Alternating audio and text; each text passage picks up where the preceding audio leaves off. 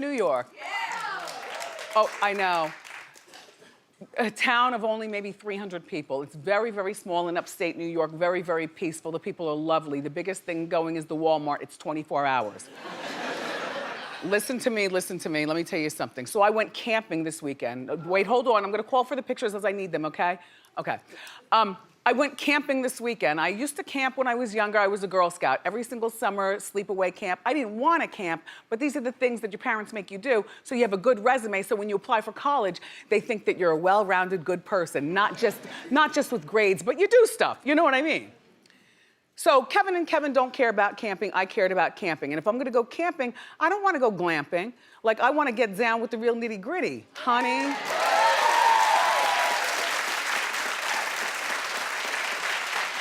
There were lions, tigers, and bears. There was no running water in this hood trap that we slept in. Well, you know I'm in the sober house, right? So the great thing about being in the sober house is that, you know, for the house that I live in, the people that I live with, they're all guys, not by design, just so happens. But they're guys, and we are people with, you know, functioning careers who just wanna check ourselves and get down with that 12-step, you know what I'm saying?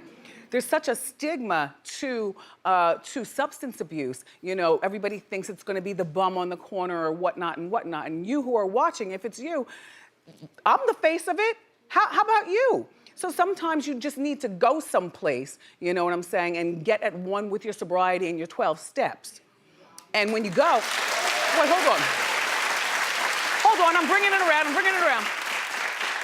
So, you know, I told you I'm in this place, it's over in Queens, and when we leave the house, well, we don't all leave together because I have to be here early. Doctor and the lawyer, I don't know what time they leave. There are people in there with prestigious careers and degrees, you know? And you wouldn't know us walking the street, but we are that, right? And I don't know what those boys do they're men, but I don't know what those boys do on the weekend, but I've met some really great girls who have been sober for like 13 years. I think the longest one, 34 years, but we're all in the same age group, right? So this weekend, we decided to go camping. Well, because I'm the newbie, I get to make the decision. So I said, well, they said, well, you have to do something that you're not comfortable with. Do you want to jump out of a plane? And they're serious about this. Do you want to jump out of a plane? Do you want to, you know, swim with the sharks? I said, no. And then they said camping. I said, all right, I'm thinking we're going over to Ellis Island. Confidentially speaking, to one of those glamp grounds where there's a toilet inside and, you know, caviar for a midnight snack. And you get a butler to roast your marshmallows. No, honey. We went all the way up there. Okay, so I'm like, all right, well, here we go. We went up there and the Walmart is the social place. So when I'm away from the show, sometimes I do take selfies, sometimes. At 4 o'clock in the morning, I'm sitting on the scooter. There were a lot of scooters. The staff let me and my girls use the scooters, you know, because there was nobody there. I mean, there were people there, the townies, but not that many, families and stuff. So I'm taking pictures with people, and then there's some people I'm saying, you know, because, all right, sir, I don't want to necessarily get too close to you, but I don't tell them that. I said, take a picture and I'm gonna act like I'm shopping. So go ahead and take the picture. And here's the picture he took. Okay,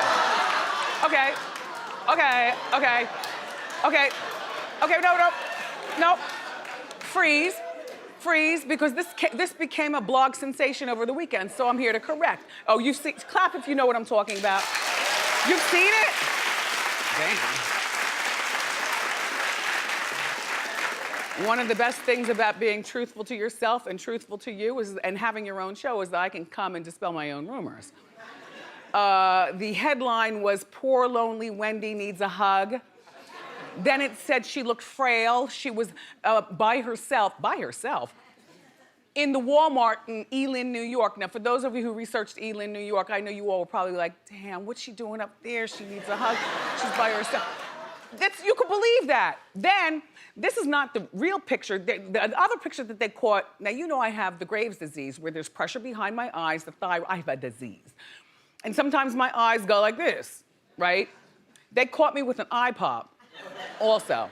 So they're like, and she, you know, her eyes and this and that, and she was wearing a robe. Yup, a Wendy show robe underneath. I had on leggings. It was 4 o'clock in the morning in Elim, New York. What do you want me to wear, a ball gown?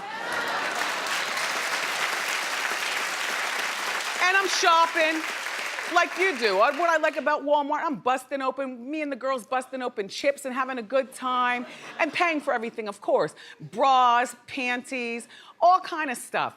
So this is the rest of my trip. Show the first one. The next one, I mean. Yep. ATVing.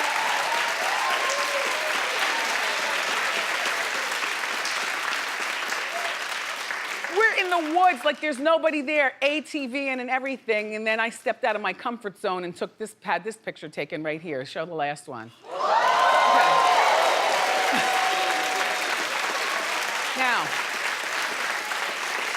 I must say, I picked up those shorts in the girls' department at Walmart.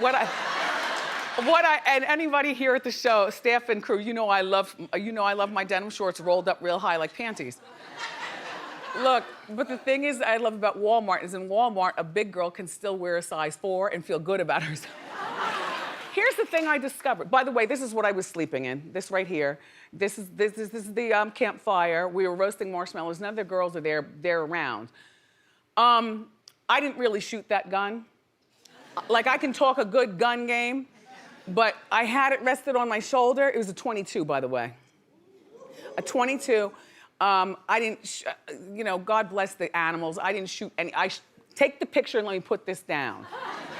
I'm not judging you if you like guns, but I'm saying I'm not a part of that life. This is just a picture. Thank you, Elin, New York, and thank you, blogs. Do I look frail to you?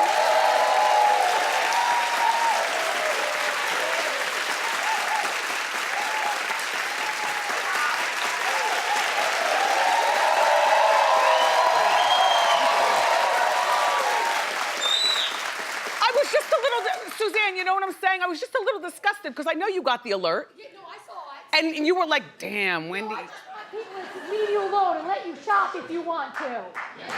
At 4 in the morning, in a robe. Hey, how about that R. Kelly back in the news?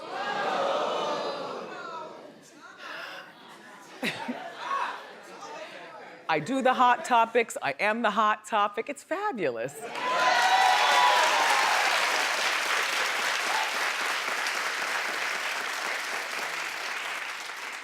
There was no cell service, no electricity, no heat up there in the woods. It was fun though, you guys. I'll never do it again, but it was fun. Anyway, so R. Kelly made a paid appearance at a club in Springfield, Illinois, Saturday night. You heard about this? Well, I don't know what the club was paying. I would have done some digging, but I have no phone, and if I did, there was no cell service. Anyway, before the event, he went on Instagram. And he urged the media to take it easy on him. Now, you take a look at this. I got an event to do tonight in Springfield, Illinois, so I want the media to take it easy on me, man. This is how I got to get paid now for right now. So I got to go do this event, and it's a party.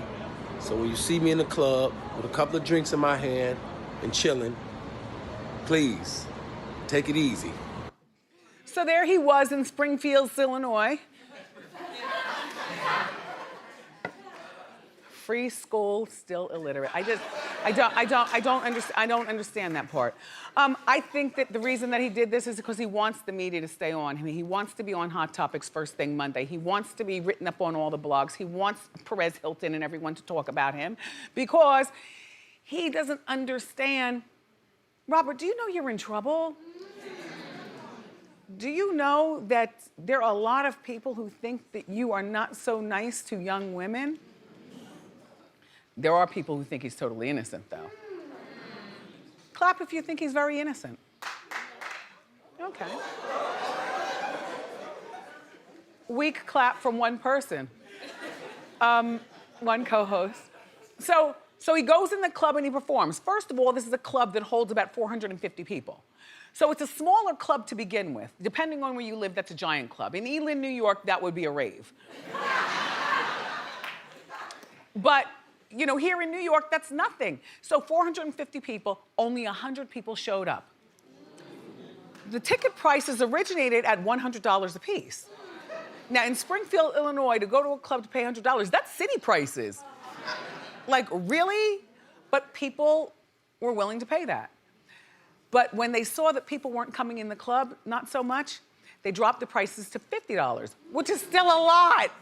A lot. Not just to see R. Kelly, but it's in Springfield, Illinois. I don't know the population of you all, but I'm just saying, that's a lot. So reportedly, he only performed for 28 seconds. I said seconds.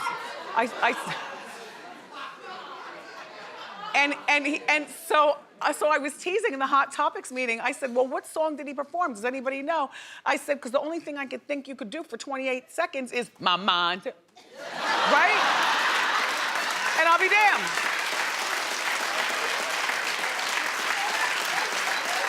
That he performed the first part of Bump and Grind, the My Mind's Telling Me Yes part. For 28 seconds, and then he left the stage, stayed on the premises, and did a meet and greet with the people who were there. He was there for like a half hour for this meet and greet. Can you imagine a half-hour meet and greet? You could probably take selfies and maybe have a piece of a conversation with him and go on. Listen, I think, first of all, that he put this on his Instagram again so that we'd be talking about it. He doesn't understand the kind of trouble he's in. I think that R. Kelly needs some serious help. Aside from serious help, R. Kelly needs some serious help, I think. Second of all,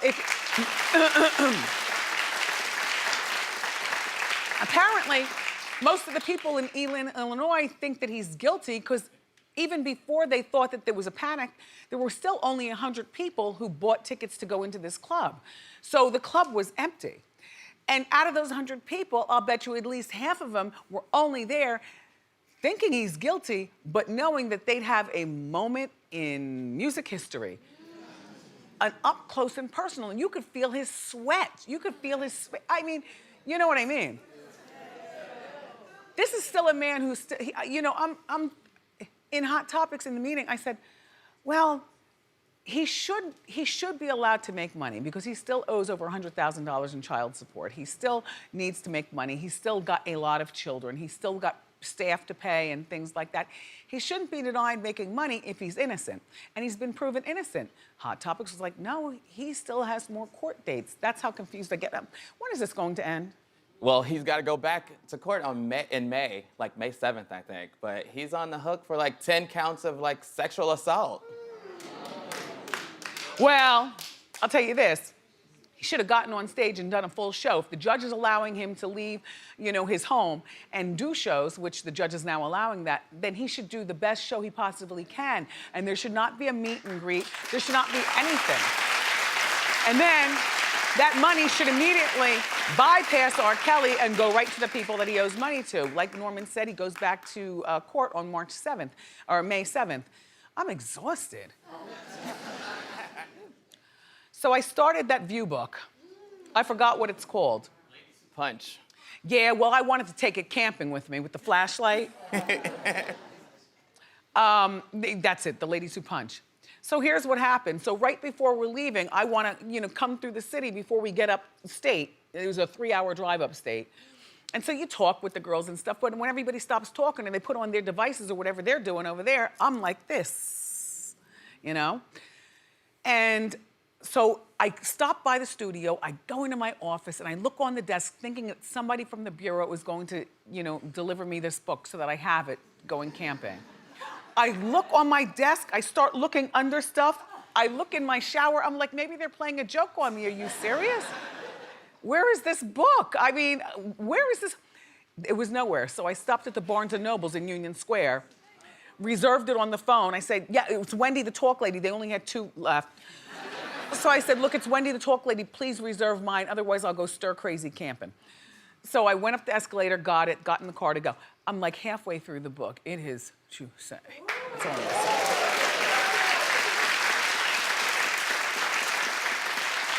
And so far, I believe almost every word. There's something in there, and I have it for you. Elisabeth Hasselbeck, you know, was caught on tape trying to quit The View. Do you remember this back in the day? When Elisabeth and Barbara got into a fight on TV. They were talking about the right to choose, to have an abortion or not. And Barbara was the moderator at that time. And Elisabeth, you know, the staunch conservative married to the football player, she and Barbara got into, well, she and Barbara didn't get into it. Barbara held her composure and was telling Elisabeth on air while the cameras were rolling, and Elisabeth is ranting, not at Barbara, but at the right to choose and whatever her view was on it. Anyway, Barbara's saying, Elisabeth, you need to control, the cameras are rolling. We all see this on TV. You need to control yourself. You need to, you know, have some decorum. We are all out here. We can conduct ourselves like ladies, so on and so forth. And Elisabeth's like, I'm just stating, you know, how I feel, blah, blah, blah, so on and so forth. It was actually quite riveting TV, if you're not a part of it, if you're only watching from the set side.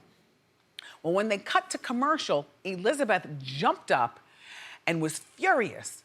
And her microphone was still on and live. You see, look.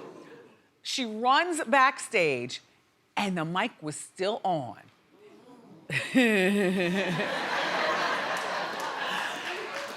Here's the other side of the argument. Go. What the like, I'm not going back out there. I'm not going back out there. Come into my office here. No, I'm not going back out there. You know what? I can take it in the meeting room. I'm not taking it out there on air. Okay, honey. I'm not taking it. I hear what you're saying, because I have What the I don't even swear. She has me swearing. This woman's driving me nuts. I know. I quit. What are you doing? I'm quitting. I'm over. They can do the second. I'm leaving.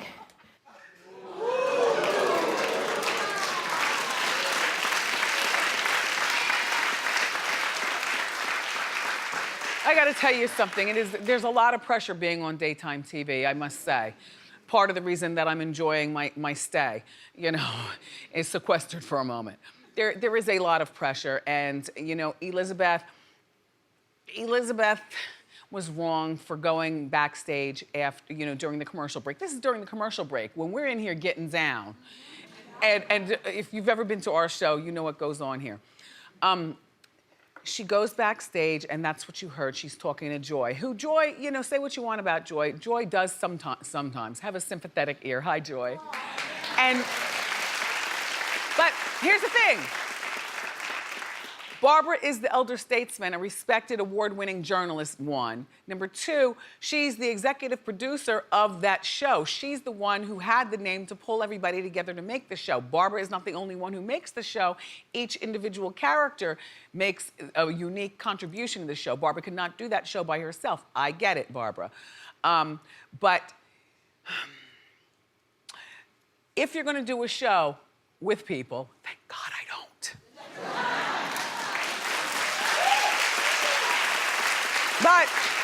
But seriously, if you're gonna do a show with people and the person who brings you together is the captain of the team, Barbara, unfortunately, there's a little bit of bootlicking and kowtowing you have to do for the purpose of the public until you get backstage. If I were Elisabeth, I would have held my tongue, no, not held my tongue. I mean, still state your point out there, you know, because the ratings are going up and the view was doing well. But after the show, go to Barbara's office with a cup of tea and say, Barbara, because according to the book, it's a very open door policy. Barbara will talk to the girls. You know, it's like the women, they talk to and at each other backstage. So that was a moment for Elisabeth to go and talk to Barbara. At the time, Elisabeth was getting sunned, like they say in the street. She was getting berated or reprimanded a lot on TV by Barbara. And Elisabeth, that was her boiling point. I mean, show after show after show after show, Barbara was doing this to her. And Elisabeth blew a gasket right there on TV. Kind of sucks. Damn you shady microphone people.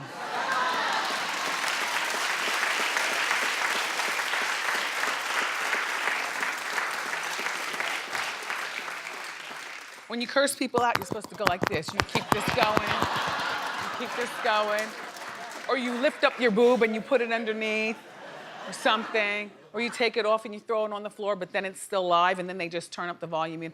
Don Lemon is engaged. I know. I'm minding my own business and I see this come over the news. Don Lemon, friend to our show. He got engaged over the weekend. And his boyfriend's name is Tim Malone. They've been together for a moment. You know, Don has always wanted to be married. My mother is totally in love with Don Lemon. I had to school her to the rest. She said, I don't care. Anyway, Don posted, he gave me a present on his birthday. How could I say no? Isn't that cute? It's cute. So, are we having a big wedding where I send you a gift? Don? Are you gonna have a big wedding, a small wedding, or are you gonna elope? Well, congratulations to both of you. Hi, Tim. Hi, Don. Nice. So, listen, amusement park season is here. Where's your hair? There's a video that went viral of a mother. You saw it? I didn't see it until this morning. It's very, very funny. Her name is Charlene Hill, and she was on the amusement park. It's called the Daytona Slingshot in Florida at the amusement park. And so here they are. It looks great. It looks great until all of a sudden, and away we go.